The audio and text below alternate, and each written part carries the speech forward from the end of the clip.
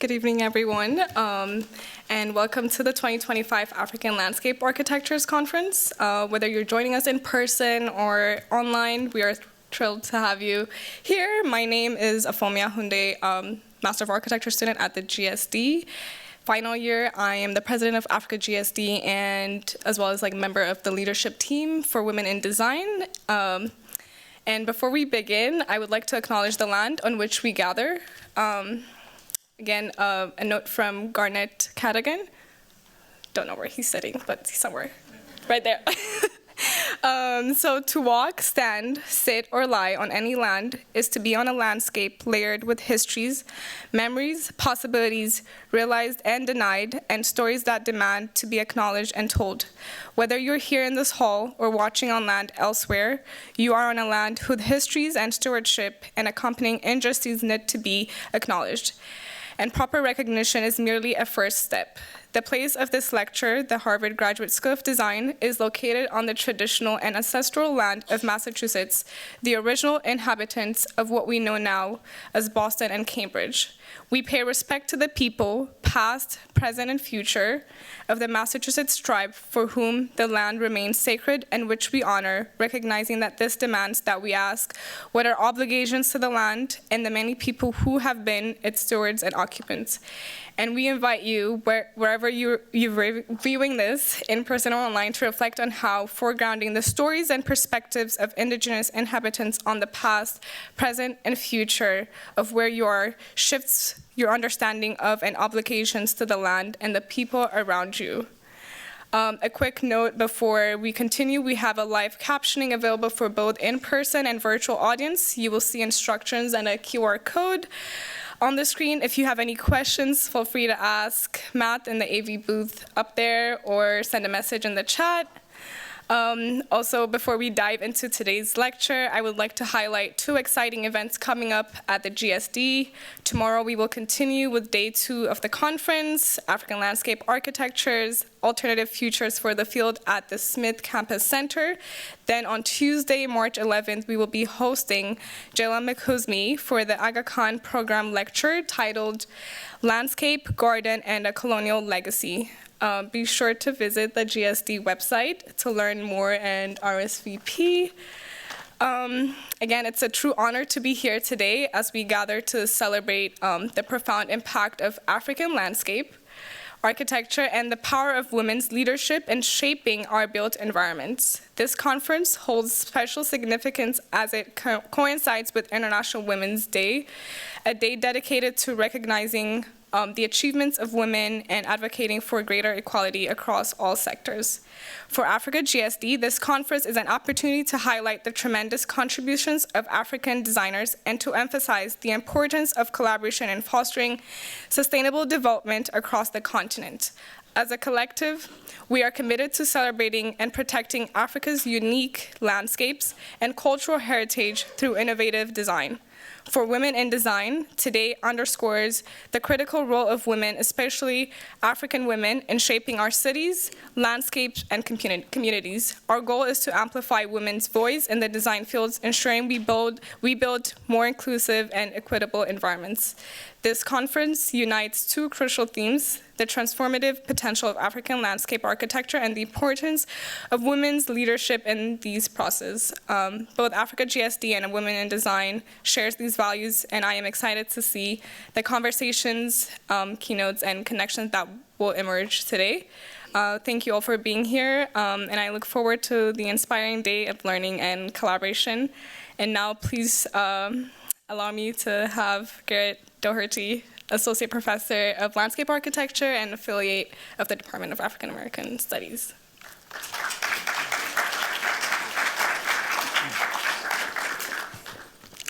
Good evening. Thank you, Afomia, for your beautiful words and introduction. And thanks to Women in Design and Africa GSD and the Center for African Studies for your support of this evening's event. Princess Adedoyin Olorisha is a Yoruba high priestess from Osogbo, Nigeria. Princess Adedoyin plays a central role in the care of the Osun Sacred Grove in Osogbo, a UNESCO World Heritage Site and one of the last remaining sacred groves in West Africa. The Osun River, which flows through the sacred grove, is the embodiment of Osun, the deity, goddess, energy of nature, or more accurately, Orisha. Osun is associated with love and femininity, so it's especially fitting that we have Princess Adedoyin among us as we recognize International Women's Day. The Osun Sacred Grove is conserved and maintained in a very special way that demonstrates a deep connection to the elements of nature and offers lessons to us all, shaping both the physical and the metaphysical landscapes. In fact, Osun gave instructions to the people of Osogbo on how to build with the land. In other words, landscape architecture. Princess Adedoyin is the daughter of Chief Susanne Wenger of the new sacred art movement, who is credited with having the grove designated a World Heritage Site and saving the grove from destruction. The incredible sculptures that punctuate the grove, and we'll see these later, are great works of art. Princess Adedoyin herself is an accomplished sculptor and textile artist. In addition to her education in traditional Yoruba practices, Princess Adedoyin did her graduate studies in African studies at the University of Ibadan and studied Yoruba oral literature at the University of Ile-Ife, now known as Obafemi Awolowo University. Princess Adedoyin has been honored with 4 major chieftaincy titles, recognizing her leadership role. And in 2024, Princess Adedoyin was conferred with the Isheshi Women of the Year Award. Princess Adedoyin is a female leader in a male-dominated world, an outstanding role model that is respected across borders. I have been so impressed by the respect that Princess Adedoyin shows for all beings, and also in the respect that others show her. In addition to being initiated to Osun, Princess Adedoyin is initiated to Obatala, the energy of creation and the air, and several other Orishas.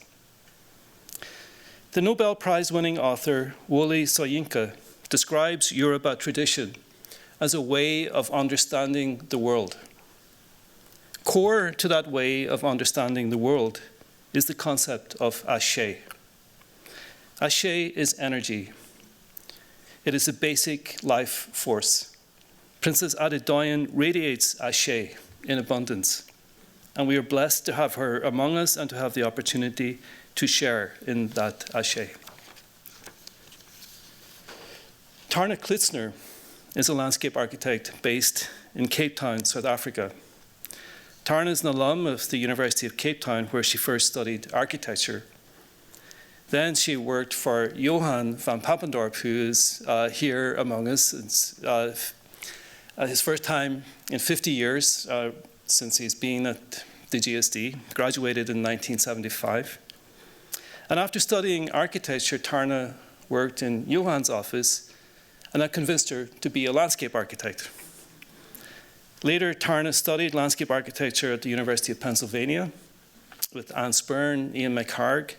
She was in the first studio that James Corner taught and was a classmate of the wonderful Anuradha Mathur. Tarna established her own practice, TKLA, after returning to Cape Town, I think in 1997 or so, and has been working quietly in and around Cape Town. Tarna's projects are characterized by their minimal carbon footprint, often building with materials salvaged from the site. Her use of endemic plants, and the Cape Peninsula is an area of incredible plant diversity, and a social agenda in which she involves communities in the making and the building of projects, not just talking about them. As a result of these deep forms of human and non-human engagement, TKLA's projects work socially, spatially, and materially. Tarna aims to create spaces that are, in her own words, catalysts for joy, curiosity, contemplation, and care. And TKLA's projects demonstrate how landscape architecture can have a transformative impact on people's lives. I'm impressed also at how wonderful a teacher Tarna is, and to have been invited to reviews at the University of Cape Town and seen firsthand how she brings her field-based sensibilities to landscape architects and architects. When TKLA's project of Hope Cape Town, a project built for children of families affected by HIV, was shortlisted for the Rosa Barber Prize in Barcelona, Tarna wrote, and I hope you don't mind me quoting this, I feel very small at the tip of Africa, with projects so tiny and pragmatic compared to the huge, expansive sites so graphically compelling and exciting that others have done. TKLA's projects might indeed be small and pragmatic, but they are poetic too, and they have a huge and lasting impact. Now, at first glance, Princess Adedoyin and Tarna represent two very distinct approaches to the shaping of landscapes.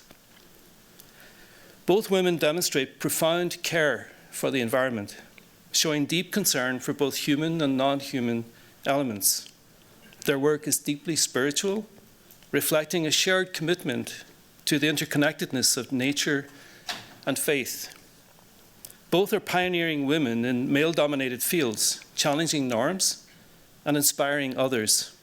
In their different ways, they create and curate beauty.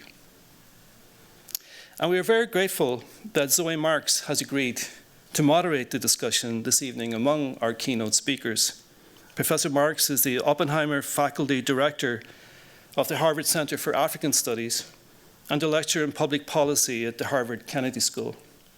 Her research and teaching interests focus on the intersections of conflict and political violence, race, gender, and inequality, peace building, and African politics, all of which are embodied in landscapes. We thank the Center for African Studies for their generous support of this evening's event, as well as Women in Design and Africa GSD, and I wish now to invite Tarna Klitzner to come to the podium.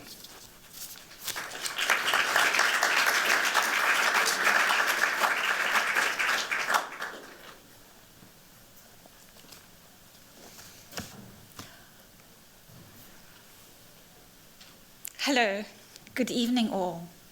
Thank you, Afomia, Hunde, and Gareth Doherty for your welcome and introduction.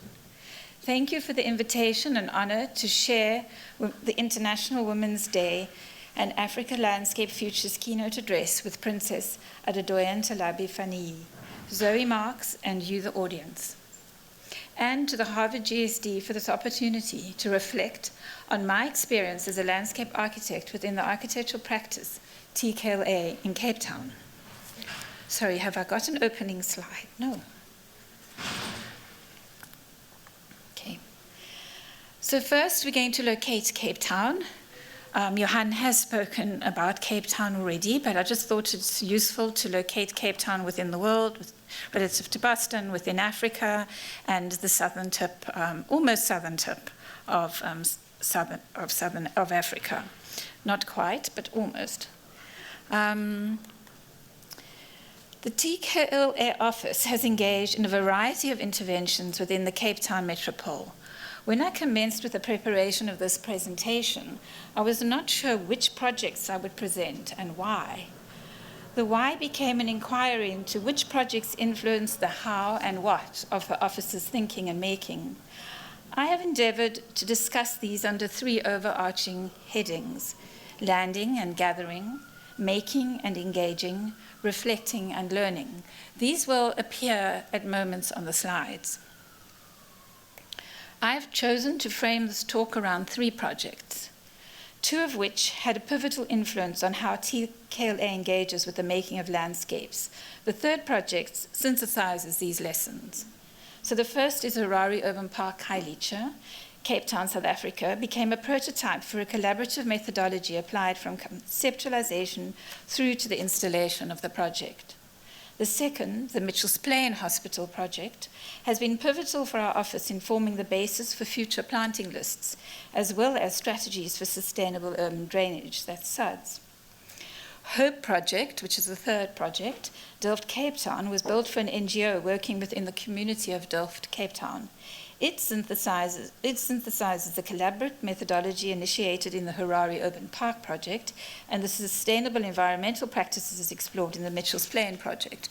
And there's about 14 years, I think, between Harare and Hope. So within South Africa, urbanization is situated within a legacy of apartheid planning, which marginalized communities according to race and placed the poorest communities far from the urban center. Khayelitsha, Mitchell's Plain, and Delft are located on the Cape Flats, a coastal plain bounded by two resource-rich mountain ranges, the Hildeberg Mountain Range to the east and the Table Mountain Range to the west, which funnel the seasonal winds, the southeasterly summer salty winds, sand-bearing winds, and the winter northwesterly rain-bearing winds across a historically moving sand dune system. Pre-2010, rainwater runoff was historically channeled directly into the sea via pipes, canals, and river corridors, which has resulted in a depletion of fresh water and seawater intrusion into the Cape Flats aquifer. In winter, the aquifer water levels can rise to ground level, resulting in a system of seasonal wetlands.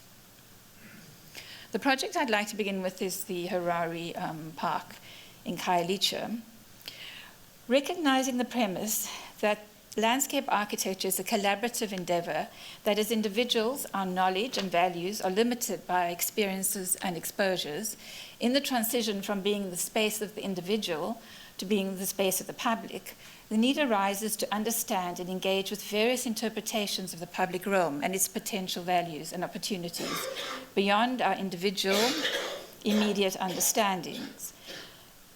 The construct we worked within is the VPU prevention through urban upgrading model, a non-profit organization funded by the German Development Bank. They were tasked with developing a strategy for crime reduction through community participation and urban upgrading, with the hypothesis that reclaiming the public domain and positively occupying dangerously labeled spaces will reduce opportunities for crime. This strategy is a bottom-up approach rooted within the communities they are working within. Through VPU's baseline studies of Through their baseline studies of metropolitan Cape Town, they identified the under-resourced townships in Cape Town with the highest crime rates. Khayelitsha was identified as the township in which the violence prevention strategy would be initiated. Engineered during apartheid to house black urban communities, the Khayelitsha township was planned utilizing infrastructure and natural systems as a divisive means of separating and controlling communities. The endemic dune system was bulldozed to create two parallel drainage systems accommodating the 1 in 100-year storm floods. The township is further divided by its road and rail systems and separated from the surrounding communities with natural open space to the east, which is a wetland system, and to the west was an ammunition testing site. Door-to-door surveys I keep seeing the next slide and getting confused. Door-to-door surveys identified the most desired yet perceived dangerous route for pedestrians moving through the community of Harare, from the informal settlement in the south to the railway station in the north. This became both a space of intervention and a space of collaboration that we as landscape architects entered. So what VPUU did is they did these door-to-door surveys and identified crimes that happen in the area. One dot was one type of crime. It didn't necessarily mean that it was a different crime to others, because the crimes got reported in different ways. So a cluster of dots meant that it was a high intensity of an area that had experienced crime. So that's how the route was chosen by the communities, where obviously where people moved the most is where there was more criminal sort of interaction.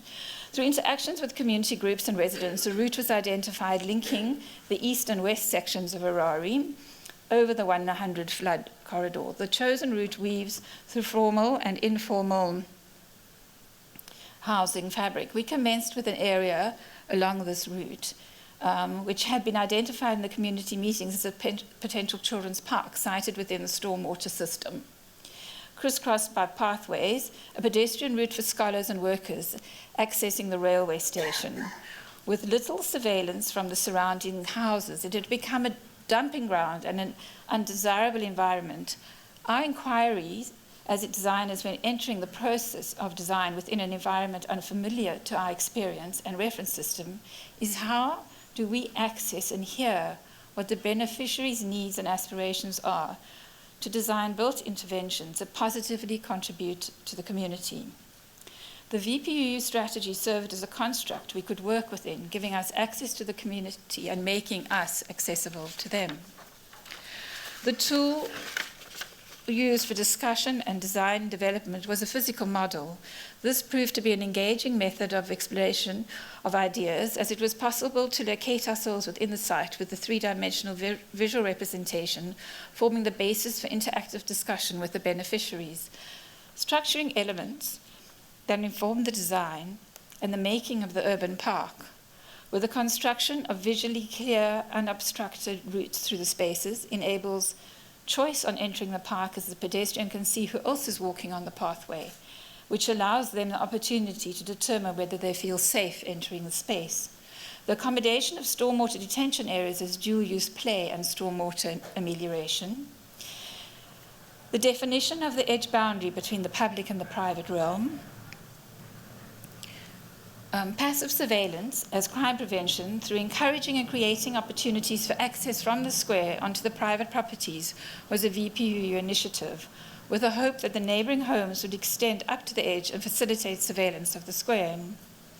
The locating of public buildings, which you can see in the image on the right, within the public space is a strategy developed by VPUU to ensure eyes on the street. The intention is that these buildings, which they called active boxes, are a minimum of 3 floors high so that they are visible from and have visibility of the public routes. They can differ programmatically between projects. Sometimes they are libraries and sometimes they are trading places. However, they all house community spaces and a flatlet that ensures a 24-hour presence on the public space. High illumination of the space was achieved by having a very close, dense grid of lights. It was really important for safety, especially safety at night. Safe spaces for children.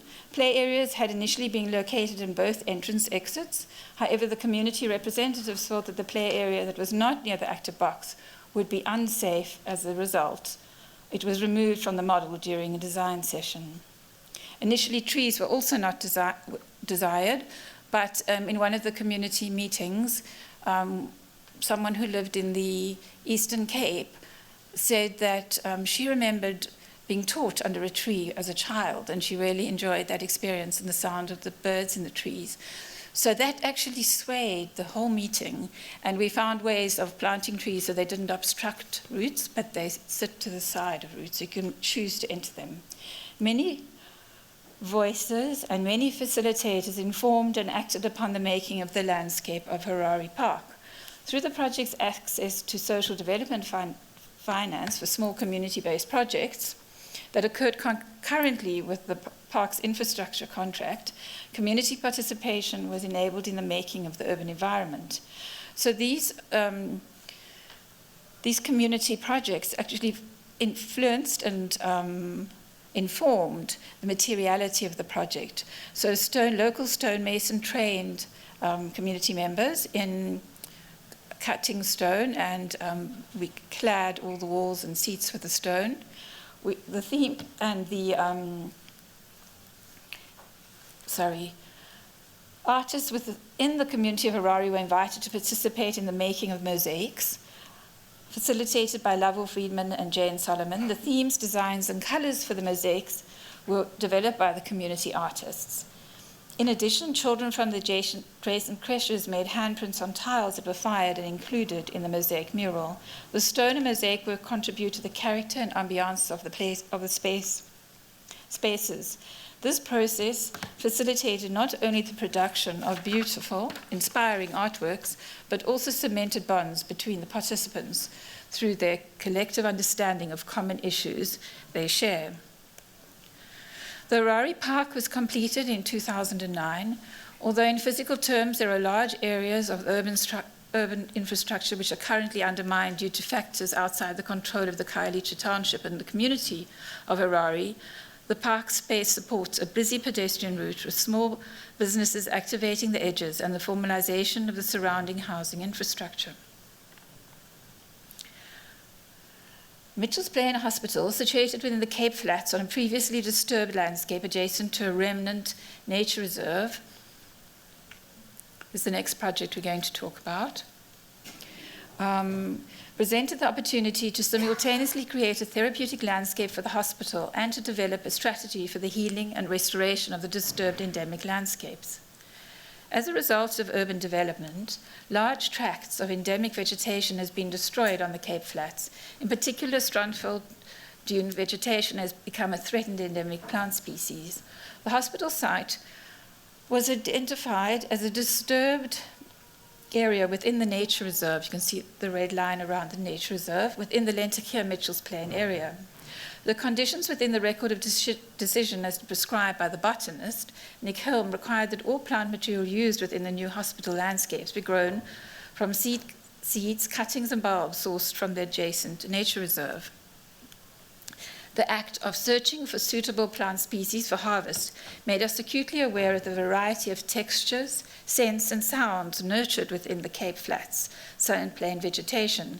Our first visit revealed habitats for chameleons, lizards, snakes, and small antelopes situated within the rocky calcrete outcrops. Calcrete is a rock stone that is underneath the Cape Flats. You're not allowed to mine for it, but you can use it if it is excavated during construction. This motivated us to proposition the client for animal rescue and the salvaging of the calcrete unearthed on the site during the construction process. The design of the landscape required us to address issues of cost and maintenance, as the primary role of hospitals is to benefit the health of the community, and therefore the long-term landscape maintenance could not be onerous. We then decided that we needed to find ways of making working landscapes.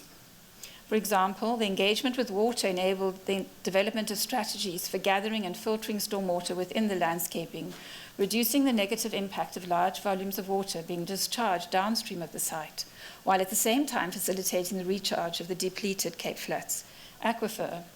The seasonal nature of this water landscape makes its way through the hospital precinct, collecting water from the surrounding areas and in turn supporting a variety of habitats and plant communities. Plant material propagated from the parent plants grown from the harvested material from site. Literally thousands of plugs arrived on site, nurtured in the plant nursery, and then planted out between the calcrete rock clusters. The calcrete boulders were in fact used as a rock mulch, sheltering the plants from the wind and capturing moisture in their shadows. The social and economic layer of engagement was around communicating the wonder of the landscape through the mosaics which adorn the signage pylons. Lovell Friedman trained artists in the community, and some of the artists who'd been trained at Khayelitsha were working here as well, on the art of mosaic making with the intention of transferring skills to others in the community. The Mitchell's Plain landscape has been pivotal for our office landscape project has been pivotal for our office in forming the basis for future planting lists, as well as strategies for sustainable urban drainage systems, such towards healing the urban environment. This last slide was taken the first spring after we'd planted the landscape. This landscape would initially be irrigated because the plants were very, very small with aquifer water, and then after 2 years we could stop irrigating it because the plants are self-sustaining. Since the Harare Park project, TKLA has been fortunate during the last 14 years to work within a collaborative construct facilitated by VPUU. On the HOPE project, as the implementing agents, their role was to champion and oversee the design, construction, and management of HOPE's new home. VPU facilitated the design and construction of the HOPE complex by linking HOPE Cape Town and the Delft community to the team of consultants and contractors, as VPU, had the mandate to choose the consultant team. We as consultants had the comfort and familiarity of having worked together on a variety of projects over the last 14 years, during which time we developed a collaborative methodology of working, as well as a common agenda as a result of the common ground we were working from. We were given agency to explore ideas with confidence that they would be listened to and respectfully negotiated. As mentioned in the introduction, Delft was historically developed within the apartheid planning legacy, located far from the city centre and work opportunities as a dormitory township, isolated from the adjacent communities with natural and constructed buffer zones. This resulted in an area with a very high crime rate, renowned for its gang violence and antisocial behaviour, which makes it unsafe for the residents of Delft, especially the most vulnerable in the community, namely the elderly, women, and children. Lack of diverse infrastructure and opportunities creates and supports a cycle of poverty. Delft, sorry, I keep reading the next slide and think I've got that one on. Delft is bounded by protected open spaces on two sides, the airport to the west and the Kales River wetlands to the east, and three major transport routes, which divided from the adjacent communities. Hope Cape Town had been located in Blikkiesdorp, which you can see on the slide, an informal settlement since 2001, providing support services addressing health, early childhood development, for youth and the elderly. Due to airport extension, they were required to move, as are the residents of the informal settlement. Hope identified the new site for their new Hope complex on the edge of Delft and procured the land from the Western Cape government. The community of Blikkiesdorp being moved to that purple rectangle, which is a housing area called Symphony Way. In Hope's consultation with the community, the need for additional services was identified, incorporating vocational training and entrepreneurial skills development into the vision of the new facility. During workshops with the client and the architects, an understanding of the relationship between inside and outside spaces developed. Some of the ideas that emerged were visibility, as an idea that worked both ways. From inside the buildings, they wished to see into the made landscapes and the streets beyond, and simultaneously, Hope wanted the people walking past to see into the outside spaces as an invitation welcoming them into the precinct. Therefore, the intervention could not be a defensive, walled construct, which might have been sort of the impulsive way to deal with the issues of crime in the area, that it didn't enter the space. The types of external spaces required range from quiet, introspective, soft green spaces to spaces for larger gatherings and events. Safety was a primary concern, as we were working within an environment that has the highest murder rate in the city, apart from other vulnerabilities. A major concern for children is the accessibility to drugs. So in our workshops with the client and the consultants, a set of external and internal components was developed. External spatial components were water sustainability, which is rainwater collection and recharge, secure entry, which is external rooms for small and large groupings that safely embrace the users. Urban agriculture is included for vegetable gardens and fruit trees as a demonstration in interactive gardens. At the time, the client couldn't believe that would manage to grow fruit trees in that very windy environment. But we said it would have to do with how one framed these buildings and how they protected space. So this working closely with the architects was really important with this project. The internal spatial components was early childhood development, a wellness center, and a youth center, and a canteen, and lecture spaces, and a library. So the design extracts from the design process.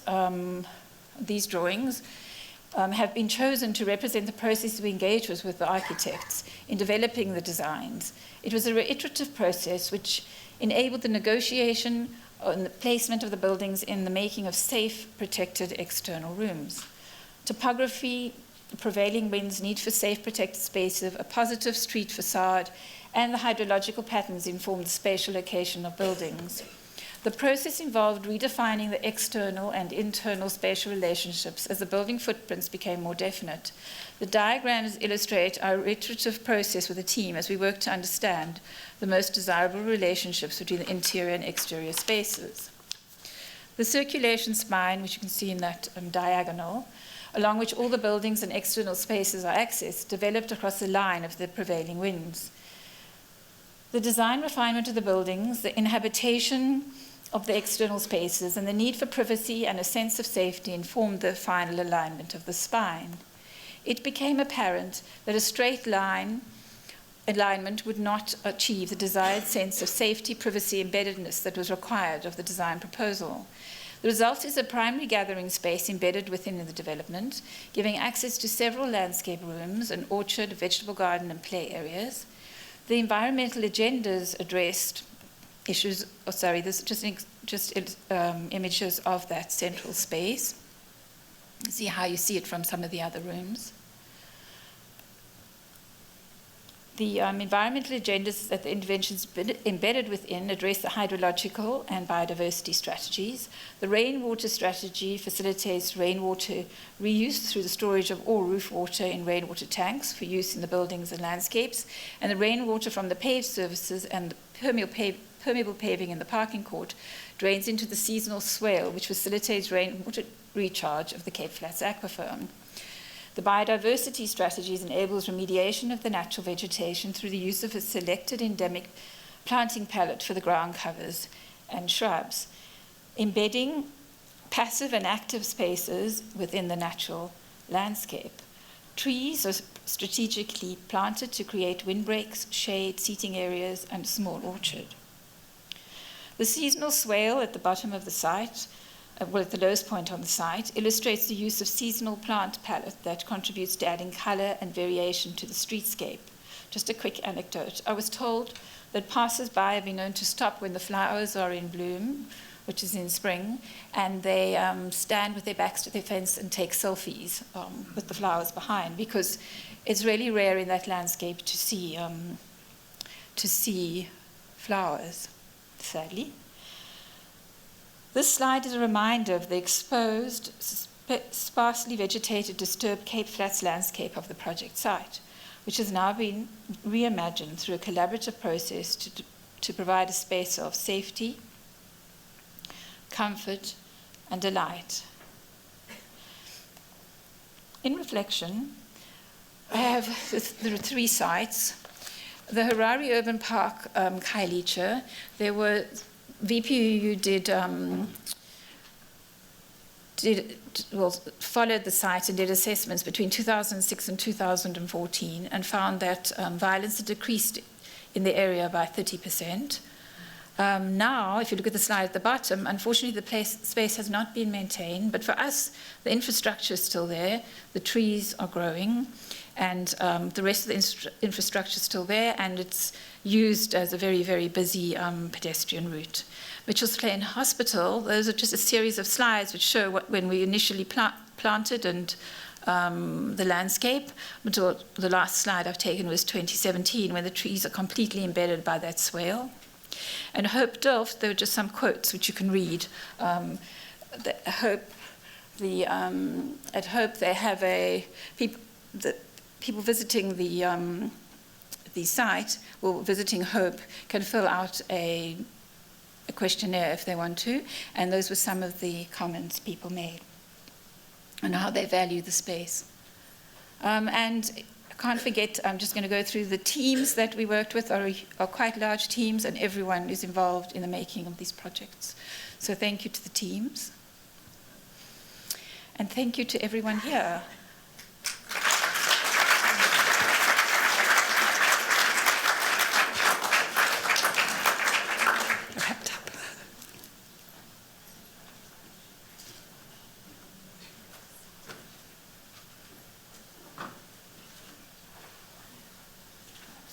Osogbo láàánú lábẹ́bẹ̀ lẹ́lẹ́yẹlé àró lólóde ẹ̀gá abẹ̀gá ṣoṣo ní ìyára ewúrẹ́ ọ̀ràngún níjẹ lẹ́sẹ̀ gbàgede lẹ́sẹ̀ gbàgede nígbèjẹ àkùkọ gàgàrà tó rórí ọ̀pẹ̀rẹ̀ ilé téńté níbẹ̀ ló ń gbé palára tantantan mo tẹ́wọ́ owó tó Ọ̀ṣun Òṣogbo rò kí mo tẹ́sọ̀ ọrùn sílé mi ọládé kojú ọmọ onígbògiri rẹ̀ ìyá òní ẹ bá mi kórè yèyé Ọ̀ṣun orí. Òrìṣà obìnrin ní Ọ̀ṣun, òrìṣà omi sì ni. Abiyamọ gidigidi ní Ọ̀ṣun. Ìyálọ́mọ tiẹ̀ ní abiyamọ abọ̀já gbọ̀rọ̀gbọ̀rọ̀ ó ní Ọ̀ṣun. Òòṣà tó lágbára ó nìkan ni obìnrin nínú àwọn mẹ́rìndínlógún tí Olódùmarè rán tí ó tù ú fẹ̀.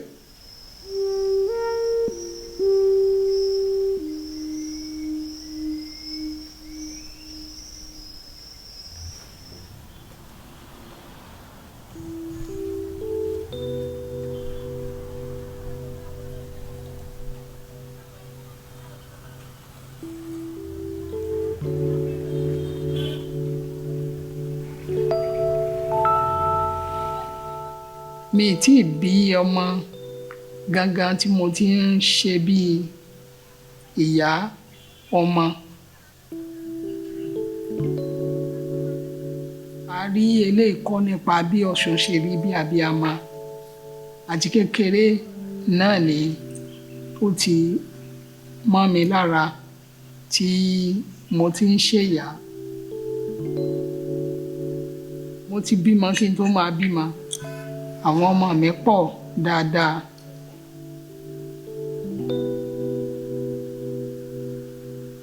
Àwọn ọmọ tí mo fi ara bí àti àwọn ọmọ tí mo fi òrìṣà bí, àwọn ọmọ tí mo fi ẹ̀sìn bí, gbogbo wọn náà ọmọ mi náà ni wọ́n. Ó sì rọ̀ mí lọ́rùn bí mo ṣe jẹ́ ìyá fún wọn.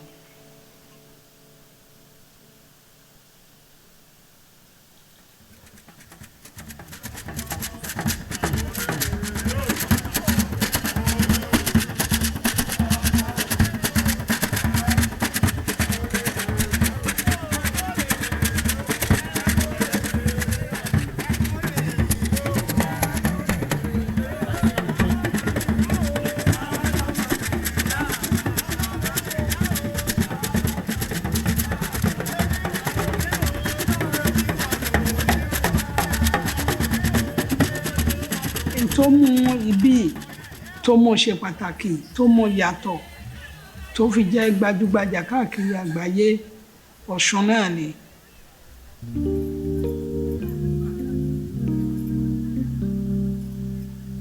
Ẹ rí àwòrán Ọ̀ṣun níbi tí ó ti náwó pé ọlọ́wọ́ gbọgbọrọ ni ó ń sọ fún gbogbo èèyàn pé ẹ káàbọ̀.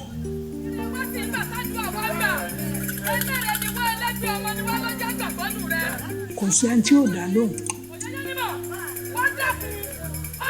Ẹni bẹ́ẹ̀ a ṣe sọ ẹni tó bá jọ̀mú mi kò sí lánàá tó lè wà á wò pé màsá Ọ̀ṣun ṣáà ni.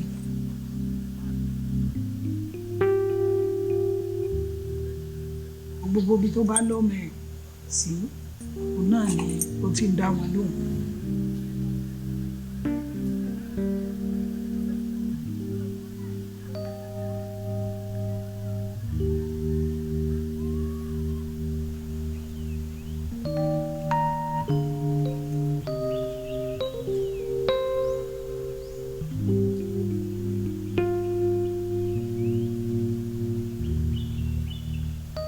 Ọ̀ṣun yìí ó ṣe pàtàkì nínú ìgbésí ayé wa bí omi ṣe ṣe pàtàkì fún ara.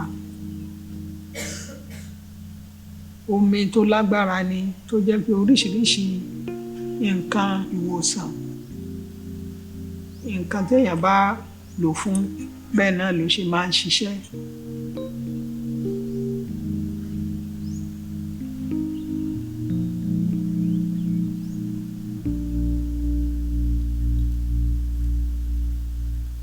Odò yìí orísun ẹ̀ ó wá láti ìpínlẹ̀ Èkìtì níbi tí a ń pè ní Ìgèdè Èkìtì, ibẹ̀ ni odò yìí ti ń ṣàn wá.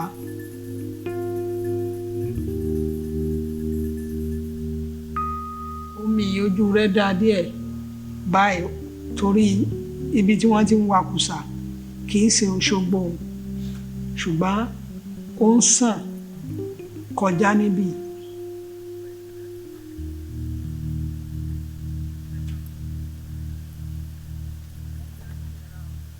tí a bá mójútó kò dáa tó.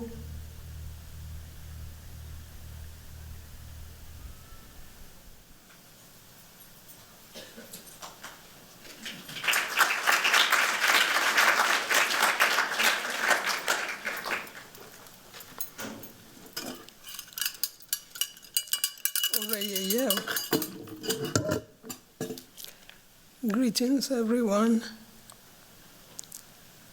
The distinguished scholars, ladies and gentlemen, it is a great honor for me to be considered as part of discussant on these epoch-making events of immense relevance to the present and future of Africa.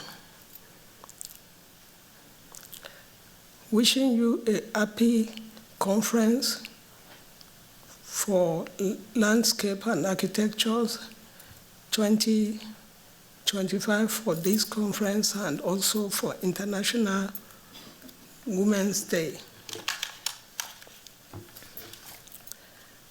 The main shrine of the sacred space of Osun Groves. We have the main shrine where we do worship the deity.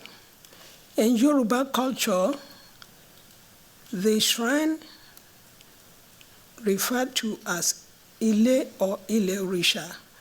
They are sacred spaces where divinity and humanity meet. Each shrine is dedicated to a specific Orisha deity and reflects the ecological and spiritual essence of that deity. These spaces are often located in natural settings, forest, riverbanks, mountain, acknowledging the interconnectedness of nature and spirituality. Divine feminine connection. Iyamapo, we have the image of Iyamapo here. Iyamapo is in charge of women affairs in terms of profession. And she has several hands where she puts her hands in different aspects of professions. And we have the two birds, Atiala and Atioro, that she is using to walk in space. Many shrines dedicated to feminine Orishas, such as Osun, goddess of the rivers, fertility and love. Yemaja, the mother of river, ocean, and nature. Yemaja has an energy point where the ocean and river meet. And Oya, goddess of winds, storms, and transformation. They embody the generative and transformative powers of divine feminine. These shrines often include natural elements like water, earth, wind, to align with the Orisha's domain. Ecological aspects. We have the entrance of the main shrine of Osun with the flying torches. Symbolically, the torches symbolizes the longevity. The preservation of natural sites as shrines emphasizes a sacred ecological stewardship where environmental conservation is both a spiritual and cultural duty. Rituals at these shrines often involve offerings of natural materials, reinforcing a reciprocal relationship with the earth. Ogboni Temple.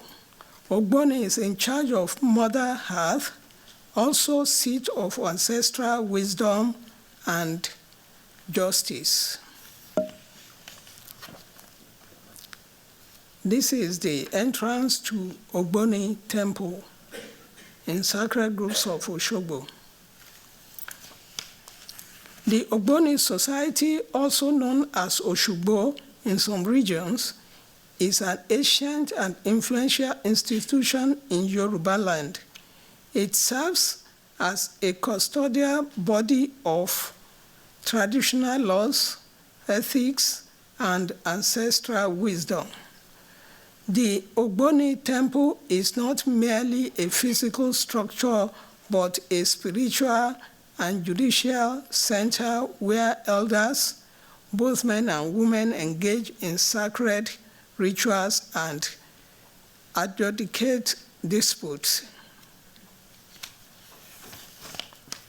Role of women. The Ogboni Society includes Yalo, the powerful women who hold significant influence within the spiritual and communal governance structures. These women embody the divine feminine role as a nurturers and protectors of communal balance. Cultural and ecological collections. The Ogboni reverence for Onile, the earth deity, emphasizes ecological mourning. Ritual often involved earth-based offerings and prayers to maintain the balance between humanity and nature. Symbolizes the interconnectedness of justice, culture, and ecological stewardship. Igboya, the sacred forest of the wind goddess. We have Igboya's forest as a sacred site dedicated to Oya, the powerful Orisha of winds, transformation, and change. Oya governs the Niger River, Odo Oya, and is seen as the force behind storms, guiding the change and ushering in new cycles of our life. Divine feminine aspect. Oya is a warrior goddess who breaks the boundary and embodies the fierce and nurturing aspect of the feminine. She is a guardian of death and a guide in transitional phases, both physical, for example, the change of seasons, and metaphysical, for example, life to death. Ecological and cultural heritage. The sacred forests like Igboya serve as a conservation zones where medicinal plant, wildlife, and ancestral spirits are protected. The rituals conducted here emphasize ecological harmony, recognizing the forest as a living entity that sustains both physical and spiritual life.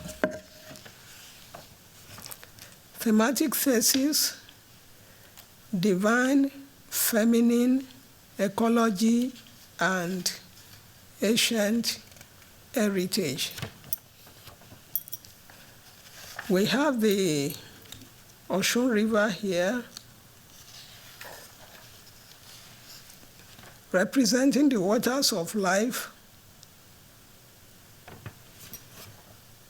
The Yoruba worldview is holistic, seeing the divine feminine not only as a source of human fertility, but as a cosmic force that nurtures the earth and sustains the cycles of life. The reverence for natural spaces, shrines, temple, forest is a testament to this ancient ecological consciousness. Women in Yoruba tradition are seen as custodians of life, culture, and the environment, embodying the principles of Iwa Pele, good character, and promoting balance within the community. Conclusion: honoring ancient wisdom. This is the entrance to Osun Courtyard, Osun Shrine, Osun Main Shrine. In aligning this knowledge with contemporary gender programs, it is essential to draw from this well of ancient wisdom by creating programs that not only honor the divine feminine, but also restore and protect ecological heritage. We cultivate a deeper understanding of the Yoruba traditions' timeless principles. Such initiatives can be transform communities, healing the past while nurturing a thriving future, rooted in cultural integrity and ecological stewardship.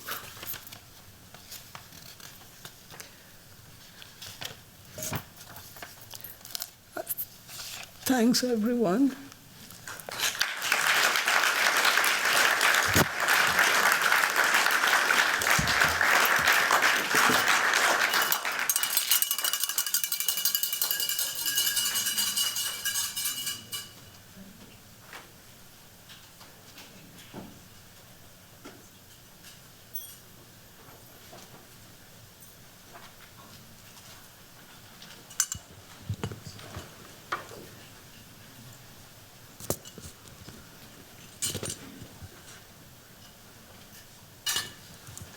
Well, thank you both so much for the work you do and for the very, very sneak preview level introduction you gave us into how you've transformed places and spaces in conversation with community and spirit. My name is Zoe Marks. I'm the faculty director of Harvard Center for African Studies, and I want to thank Gareth for convening us with this incredible multi-day conference. I think it's truly historic in Harvard's rich legacy of doing Africa-related programming, both at the Graduate School of Design and across the university. But to have it focused on African landscape architectural practice and its future is a very timely conversation, right? The continent is undergoing tremendous population growth. For the first time, it will become population dense rather than just land rich. In some ways, this is the arc of justice, bending both backwards and forwards to stolen souls and the population that could have been, if not for the transatlantic slave trade. I wanted to come to something that both of you really beautifully captured in your practice and in your description of your practice, which is a tremendous ability to listen. I think we often think about design as a creative, sort of productive process, but so much of what you've shared with us is really about pausing and attending and listening to community voices, to the land, and to your spiritual counterparts and predecessors. So could you tell us both like any pro tips you have for how others might listen as you have listened, but also how do you think your identities have unlocked a capacity to hear that is unique to you and to the places you work?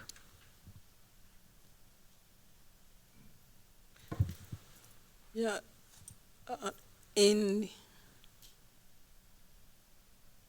Yoruba in particular and Africa in general, like the women power is not limited, and this power is both visible and non-visible.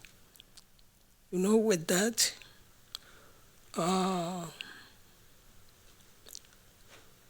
though intersectional identities influence and professional practice, you know, it has positive impact.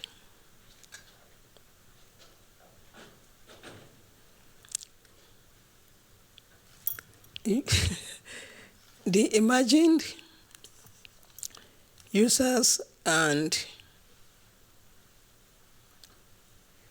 it is occupants of space, they are not, you know, not human. You know, they are Orisha and spirits of the earth, you know, and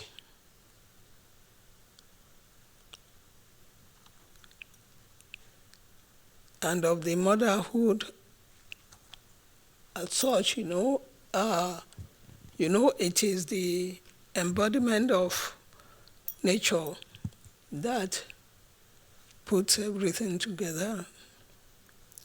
And it has to do with the sacredness of the space.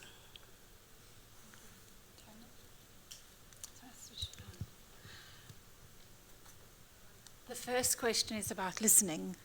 And I've thought about it. My last slide was a teaching slide. And as I thought I'm going to be speaking, hopefully, to quite a few students, I thought I'd speak about teaching students about listening. And the first part is to acknowledge that you, as an individual, come with a knowledge and an understanding and a set of skills into a space. And that those are valuable. But at the same time, it's really important to understand the place we're working within and the context we're working within, because as landscape architects, I would imagine we all want to be incredibly relevant. We want to make sure that what we do is beneficial to the space and the place, whether it be the landscape, the natural environment, or whether it be the social environment. We would like there to be a fit. So for there to be a fit, you need to listen. And initially, I find that it's really useful to be impulsive, actually, about what your response is. Because once you understand you've responded in a particular way, you can start to ask the question why. And it's the whys that really help you listen. And I think there's also a culture of storytelling around both the environment I grew up in and in the broader context of South Africa and Cape Town. So people are very keen to tell stories and to anecdotal stories that then explain what the real concerns are. Second question was? How does your identity shape how you listen? Is that my woman identity or my all of my identity? I think I grew up in a community-oriented environment, which helps me value community, and so I understand the value of community. So that is part of my identity. Being a woman, maybe in the early years of being in the landscape field, it was quite difficult. You still do have to work quite hard initially when you start on a project to get people to listen to you. So maybe that knowledge and that understanding of myself and realizing that I've had to work quite hard to be listened to makes me aware of the need to listen. Thank you both so much. Tarna, I want to come back to you because the princess has invoked something that was sort of built into my second question, which is around your imagined users. And Princess, you really beautifully articulated that the users are the spirits, right, in your case, and the visitors are the people, if I understand correctly. And in some ways, the user, the resident is nature.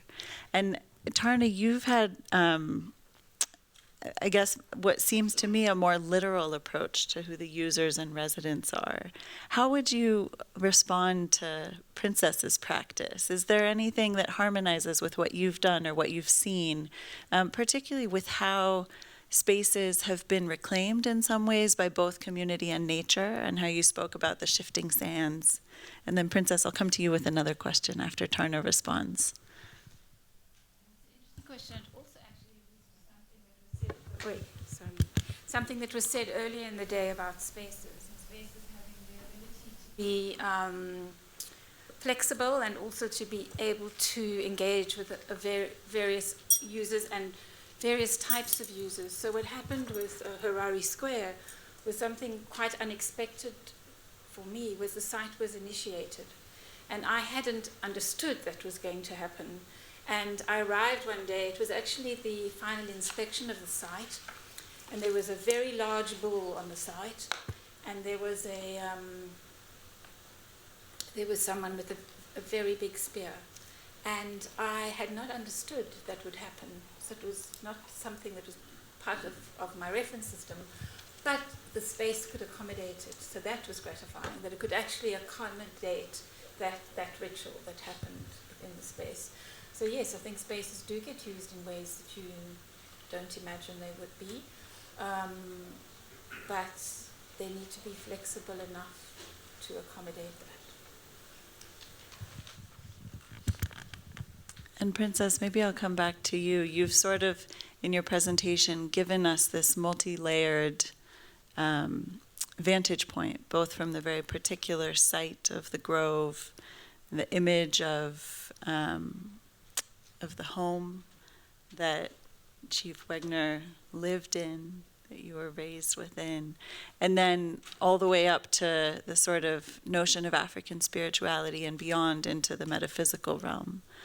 I'm curious, both, is there something particular about how we might think of African landscape architecture or Nigerian, or is it Yoruba, or is it specifically the Sacred Grove? At what level are there lessons that you would offer to this audience in their practice, wherever they may be?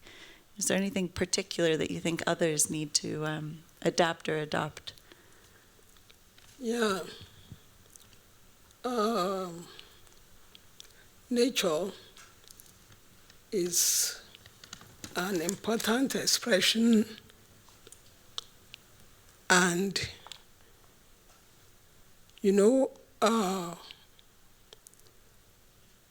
like to keep the nature intact is very important. The founders of Osogbo, they firstly came to stay at that shrine without knowing the sacredness of the place. But one day, one of them was cutting tree, and the tree fell into the river, and the voice came out, Osogbo, gbogbo òkòkò àrò mi lẹ ti fọ́ tán, meaning the withers of the forest, you have broken all my dying pot. So that's when they got to know the sacredness of the place, and that is how we got to know that Osun is well known for indigo making. I have the indigo leaves here that we use to make indigo. It is called indigo leaves, and Osun ordered them to leave that place, and she gave the certain amount of measurement by feet to measure that when they got to uphill, they should stay. And when the community started to expand, then she voiced out again that they should move away to when they will not be hearing that voice, Osogbo. And immediately this voice came out, another voices, like 4,000 voices came out. Osun pẹ̀lẹ́ o, Osun rọra o. And they moved away, and they were listening to the voice Osogbo, where they couldn't hear that voice anymore. That's the settlement of Osogbo as a town, and they took the name of the town from that voice, Osogbo. So that means that with more development, the nature will be, there will be destruction, and we say, Igboni Yebora, the forest is the prestigious place for the spirits, for the Orisha, that the nature is very important when we talk of landscape. So, though the landscape and architecture, they are interrelated, but at this point that it's also important to keep the nature intact as well, because that's what is very important here, and it's what my mother, she used her lifetime investment to keep the nature intact in the Sacred Groves. So I will apply, or I will advise that it's good not to destroy the indigo pot of life, as it came from the river. Don't break all my dying pot. So let's take nature as that we don't destroy the indigo pot of nature. Thank you. Thank you. It's a powerful lesson. I think it feels very timely. I want to leave a few minutes for our audience questions, so I'm just going to turn to you, Tarna, with the same very unfair question, which is, what would be the takeaway, whether it's particularistic to space or more universal, that you think African landscape architectural practice, through the lens of your own experience and the communities you've been embedded with, how does that, how might that inform a broader audience who might be working around the world?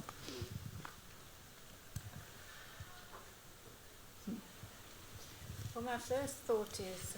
Use the mic for our online friends. Yeah, so sorry. My first thought is that if you're working around the world and you are coming into Africa or a continent or a place that you're not familiar with and a culture you're not familiar with, which is something that occurs for me often, then you do need a construct to work within, and you need people to work with who can listen for you and listen with you and translate for you. So I think it's not something you do on your own. I think that's my biggest lesson, is we work in teams, and we need to work with the community that we're working with, but we need access into those spaces, and I think that we've heard everywhere today in the earlier talks, and that is a message almost from all the earlier talks, is that that connection to community is important, so that you're working from the bottom up, not from the top down.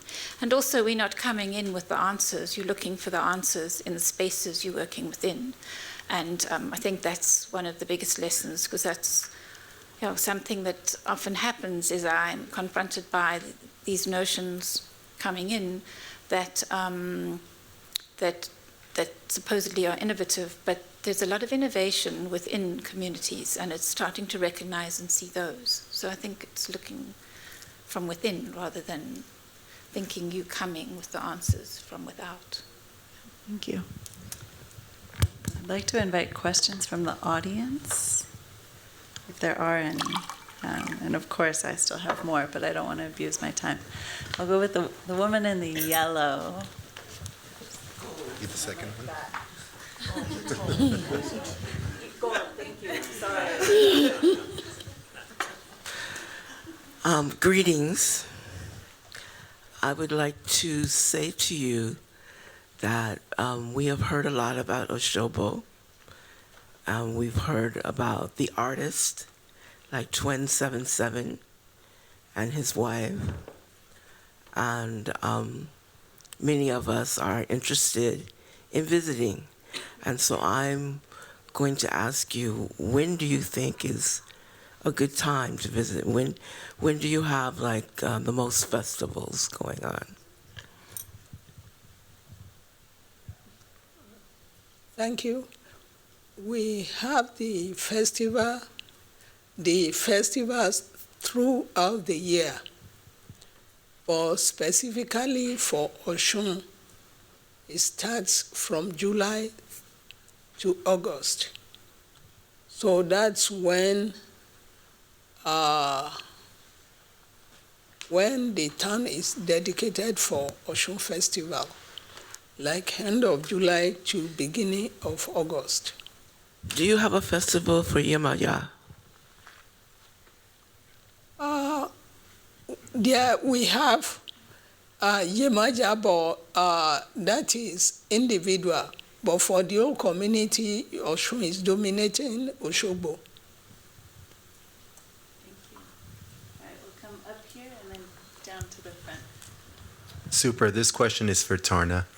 I think earlier in the day we saw in a number of case studies through mass design and KDI the notion of actually constructing these landscapes in these communities. And you took us from befores to afters, and then showed us many seductive images of richly articulated paving and stone and complexities in plantings. So my question is two parts. One is, how do you get the stuff built? What is that like? And then you earlier spoke to being a woman in these situations, and I'm curious, as a person overseeing the project, as a woman as well. Thank you. Okay, how do we get the projects built? So, microphone. Obviously not familiar with this.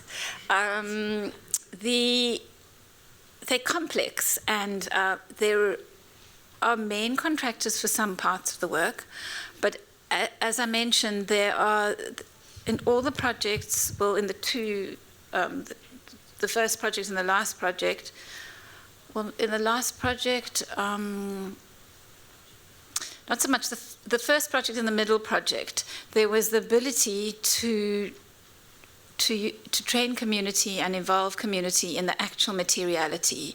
So especially the first project, we had to, a requirement was that we had to make sure that the way we designed it, it could be elements could be built by community and made by community so that those skills could be transferred.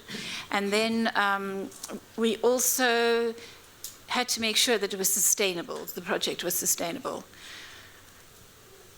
So what we do, I mean, in a very pragmatic way, is we write into our tender documents that there are going to be these community projects. And we also write into and it's a requirement actually, in South Africa, that there's a certain amount of the community are actually involved in the construction of the project. So that is a requirement. But the artwork we write in, and then finding artists to work with the community and train them is a whole nother mission, and that was a story itself. And finding a stonemason, we only found one stonemason in the whole of Khayelitsha, and after that stonemason worked with the community, he was actually taken to Mauritius to do a lot of work in Mauritius. And the artists in Khayelitsha, when the World Cup came around, which Johan spoke about, they actually did the mosaics for the World Cup. So there has been sort of a transference. And the other question was a woman, yeah.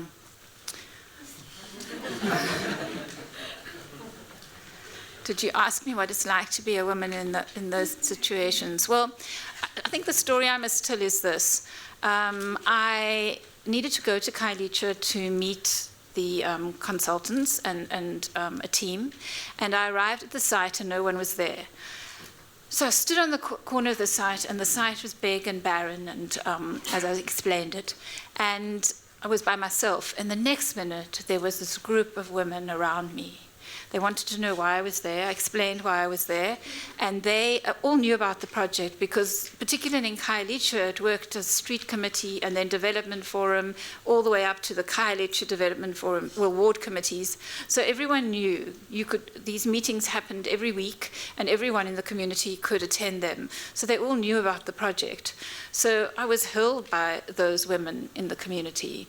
So I think I felt fine as a woman working within that space. We'll take one more question. Thank you, everyone. So my question is to you, Princess, and to you, Gareth, actually, together.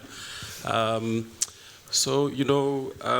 was a professor who came here to present a couple of months or weeks ago, Suleiman Diagne. And he was talking about universality or, universal principles. And he was, drawing on African, certain African principles. And so really what I'm trying to find out is, from what you've presented today and the research you've been doing, is there something that can be drawn out from here that can be universal in the sense that there are principles that can be brought into all kinds of contexts and have value and add value, as opposed to just sort of looking at someone's culture from somewhere else and it's sort of being left as an anthropological project, if you know what I mean. Yeah. The important thing there is to situate nature as vital to the sustenance of the earth space. The nature is something important there in quote, and to keep it well.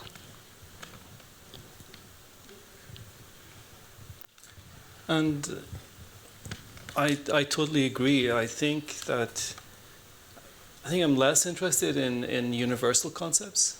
I'm more interested in the situated concepts in the landscapes in which we are working.